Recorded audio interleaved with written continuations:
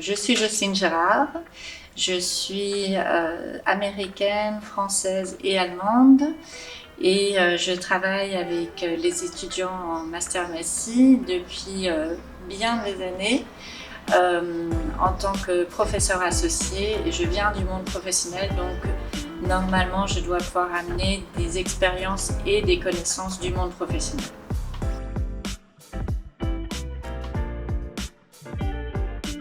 Alors, j'ai l'impression que ça fait pas longtemps, mais c'était en 1999 et le master s'appelait le DESS SCI.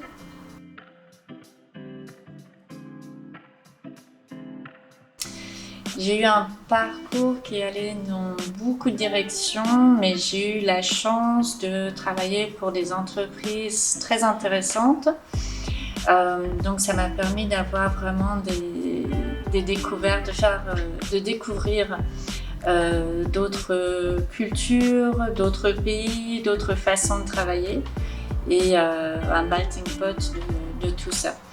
Donc j'ai commencé avec l'International Herald Tribune et incroyablement le jour de mon arrivée, tout le monde a commencé le même jour que moi dans l'équipe de marketing au Herald Tribune parce que toute l'équipe en France avait été virée et donc que ce soit les designers, le directeur, tout le monde a commencé le même jour et on n'avait même pas de téléphone, même pas d'ordinateur, aucun dossier. Et on a dû recréer un département marketing à Londres et refaire des connexions avec des agences de design. Et donc j'ai très rapidement monté les échelons parce que j'ai aussi eu la chance d'avoir commencé le même jour que tous les autres.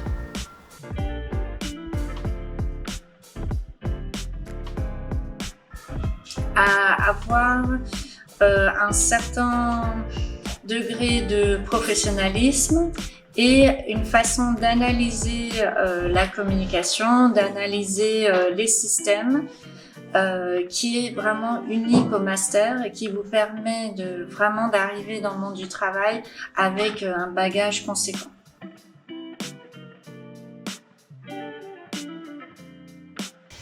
Alors, vous connaissez mon cours qui parle de cadre, de sortir du cadre, de pas se limiter au cadre. Et donc le conseil que je donnerais, c'est de viser haut et puis de questionner les cadres qu'on a et de se dire pourquoi est-ce que je mets ce cadre dans ma vie? Est-ce que je pourrais pas faire autre chose, faire autrement, avoir une autre perspective? Donc de toujours questionner le cadre.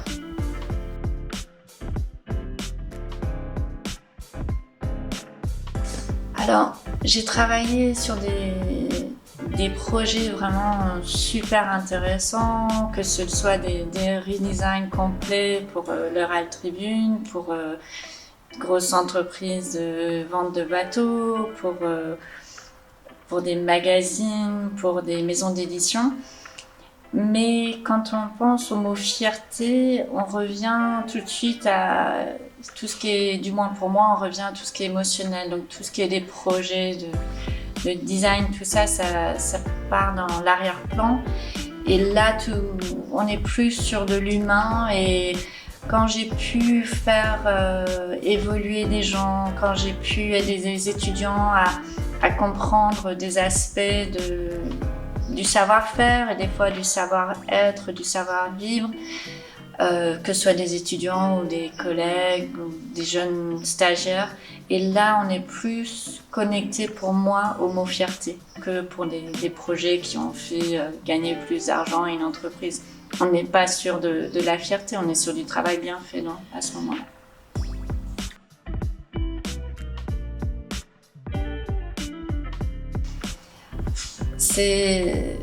C'était une opportunité qui m'intéressait de prime abord et je me suis dit bon, j'ai quand même des choses à partager avec ces jeunes et puis en fait c'est vraiment devenu une passion, quelque chose qui est un moteur pour moi et à chaque fois je me réjouis de voir arriver la rentrée. Et puis c'est une chance énorme de pouvoir venir à la rencontre d'un groupe de 24 étudiants. C'est souvent 1 ou 2 fois par semaine, et puis de les suivre et de les voir changer, et puis commencer souvent des élèves ne sachant pas grand-chose du monde de la com. Et je sens bien, et ça oui, j'en suis fière, je sens bien que vous repartez après 2 années vraiment prêt à rentrer dans une équipe. Et je me dis, voilà, ces jeunes-là, vous allez les avoir dans votre équipe et ils savent de quoi ils parlent et ils vont être capables de vraiment faire quelque chose d'intéressant et de faire évoluer quelle que soit l'entreprise dans laquelle ils sont.